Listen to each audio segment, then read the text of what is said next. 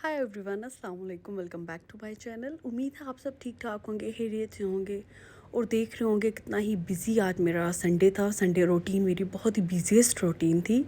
इसमें बच्चे भी घर में थे और सारा कुछ मैंने एक दिन के अंदर मैनेज भी करना था। सारी चीज़ों को मैंने अपनी जगह पे रखना था, संभालना था। और कितना मुश्किल काम है, मुझे तो सबसे ये टफ़ काम लगता है, लेकिन करना तो था जी। उसके बाद जी आज की ही व्लॉग में इंशाल्लाह और बातें भी शेयर होंगी। यहाँ पर मैं बच्चों के लिए और अपने लिए ब्रेकफ़ास्ट रेडी कर रही थी। ब्रेकफ़ास्ट में यहाँ पर मैं एग चीज़ पराठा मैं यहाँ पर बना रही थी। तो मैंने कहा सबसे पहले डो को प्रिपेयर करके साइड पे कर लेते हैं ताकि वो थोड़ी सी स्टिफ़ हो जाए, देन हम उसको फिर आगे फर्दर करते हैं। अंडे ले लिए थे, उसके अंदर मैंने इस तरह मिक्स वेजीज़ डाल दी थी और डालने के बाद इस तरीके से स्क्रैम्बल्ड सा एग बना ले और बनाकर इसको मैंने साइड पे करके रख दिया। उसके बाद जी मैं पराठे बनाती जा रही थी और बच्चों को साथ साथ देती जा रही थी। और बहुत ही बिज़ी डे था। और जैसा कि लास्ट मंथ्स हैं, बच्चों के एग्ज़ाम्स भी सर पे हैं और उनको भी देखना पड़ता है। बिज़ी स्केजुअल में ये सारा कुछ मैनेज करना थोड़ा सा मुश्किल हो जाता है। ये भी यहाँ पर मेरे पराठे जो है वो मैं उनकी आपको एक ओवरलुक दिखा देती हूँ। इस पे मैंने जो चीज़ डाली उसकी वजह से यम्मीएस्ट पराठे बने थे। आप ज़रूर इस रेसिपी को ट्राई कीजिएगा। तो ये देखें जी, इनको आप इस तरीके से कट कर लें बिकॉज़ अच्छा सा डो था, तो उस वजह से अच्छा सब्सटेंशियल पराठा बन जाता है। देन यहाँ पर मैंने स्टार्ट कर दिया जी, बच्चों को नाश्ता देने के बाद, खुद करने के बाद यहाँ पर मैंने चीज़ों को अपनी जगह पे ड्रॉर्स में सेट करना स्टार्ट कर दिया था। एक ही दफ़ा ग्रॉसरी कर लेने से ये होता है कि आपकी वो जो चीज़ें हैं उनमें बरकत भी बहुत रहती है और हैंडी रहता है कि आपको जो भी चीज़ जिस टाइम भी आपको चाहिए तो आप फ़ौरन से वो आपके पास इन हैंड होती है। इस तरह बार बार मार्केट जाना और इस तरह बहुत तंग हो जाती हूँ। और मैंने कहा जितनी देर में साथ चीज़ों को मैं कर रही थी, तो यहाँ पर मैं मैरिनेट करके चिकन को रख लेती हूँ। बोनलेस चिकन ले लिया था, उसमें पपीते का पेस्ट डाला, थोड़ा सा लहसुन का मैंने पेस्ट डाला और थोड़ी सी क्रीम डाल के और दही डालकर मैंने इसको मिक्स करके छोड़ देना है साइड पे, ताकि ये भी हो जाए और जितनी देर में मैं अपनी बाकी चीज़ों को समेट लेती हूँ। आज कपड़े धोने का काम बहुत मुश्किल लग रहा था और मैंने कहा कि उस काम को आज मैं नहीं करती, नहीं तो ये काम भी आधे रह जाएंगे और वो भी प्रॉपर से मुझसे नहीं होगा। इस तरीके से मैंने ब्लेंड करके काजू का और हरी मिर्च का ये पेस्ट अगर आप कभी बनाकर डालें तो बहुत ही मज़ेदार सी मुगलाई किस्म का आपका चिकन बनता है।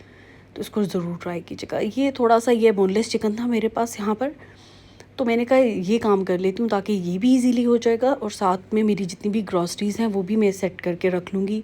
और उसके बाद इसी व्लॉग में मैंने आपके साथ शेयर करना है ऑनलाइन परफ्यूम्स के बारे में।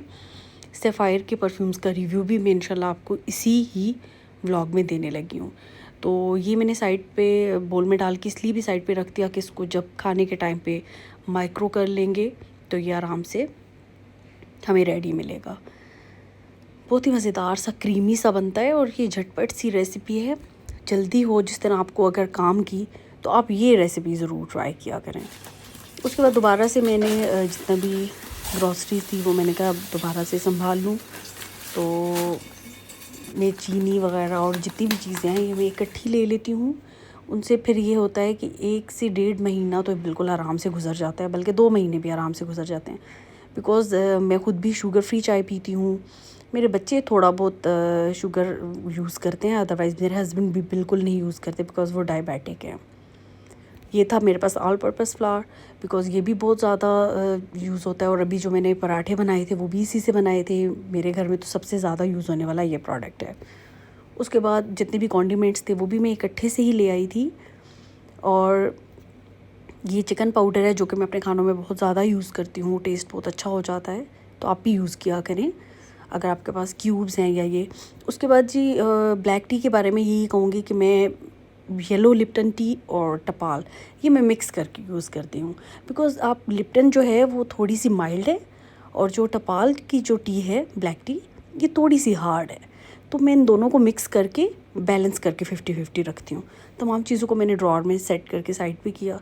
उसके बाद जितनी भी दालें वगैरह थी वो भी ग्रॉसरीज़ में साथ ही मैं ले आई थी, ताकि आराम से जिस दिन भी जो आपने कुकिंग करनी होती है तो वो इजीली आप निकाल कर सकते हैं।